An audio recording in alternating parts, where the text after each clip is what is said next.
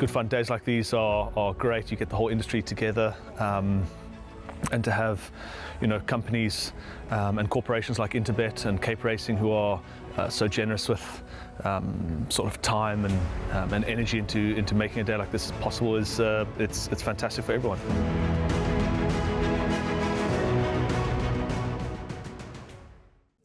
Race 5 on the card, due to go off at 10:03 on the Monday afternoon. Race 5 kicks off Jackpot 2, and this is leg 1 of Jackpot 2. GoldCircleRacing YouTube channel, MR68 handicap. Race 5 is set to be run over the 2,000 meter trip. It does seem to be a competitive race, and at the time of recording, all 9 runners do go to post. And I think in this lineup, you can make a case for quite a few runners, as could you in the previous race, and that was race number 4. Horse number 9, Hable. I thought he won a nice race last time out. He did drop in the ratings, and it was a good ride from Rachel Vinica to get Hable home, and just beating Chewbacca, and that was at Hollywood Scottsville over the 1,950 meter trip. I think Hable is a horse that can follow up. His confidence would be up now. He did receive 4 points for that penalty, but despite that, I think that he can be competitive. Horse number 5, 6, Hotfix, who enjoyed the poly track last time out. I think he won a bit cozier than the margin did suggest, of that 0.4 lengths, but the form line has worked out. Django and He's Making Eyes at Me have come out to win from that form line. He's on a mark of 70, so he received 4 points for that maiden victory, but with that win under the belt, I think he can go on from there, and he could be competitive in this lineup. Horse number 1, Techno Savvy. What do you make of his chances, Warren? Because that was a much improved run last time out when he ran 2.1 lengths behind Gallabia, and he is drawn in gate 1 now.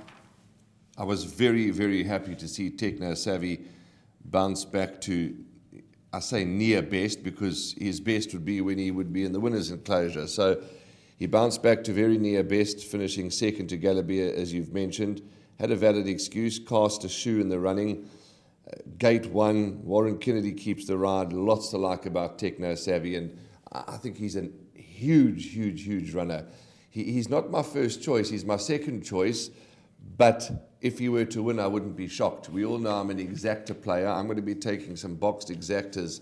1, Techno Savvy, 3, Flying Grace, and 5, 6, Hotfix. My narrow first choice is Flying Grace, Clinton Binder's runner. As we said at the top of the show, there are quite a few raiders in town for this meeting, and we welcome them. And Anton Marcus is taking the ride for the very first time on Flying Grace.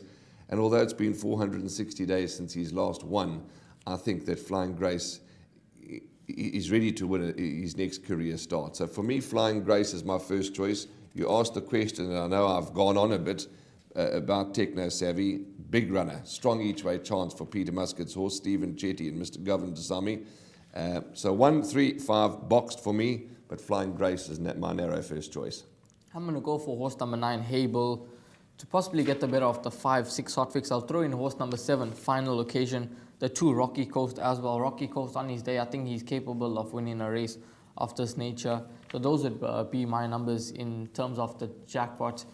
And you heard from Warren what he fancies in this race. Horse number 1, Techno Savvy, the 3, Flying Grace, and the 5, 6 Hotfix is going to be his way in the exacta in race 5.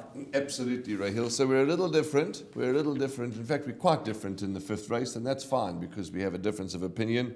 9, 5, 7, 2, Rahil's numbers, and my numbers 3, 1, 5 for race number 5.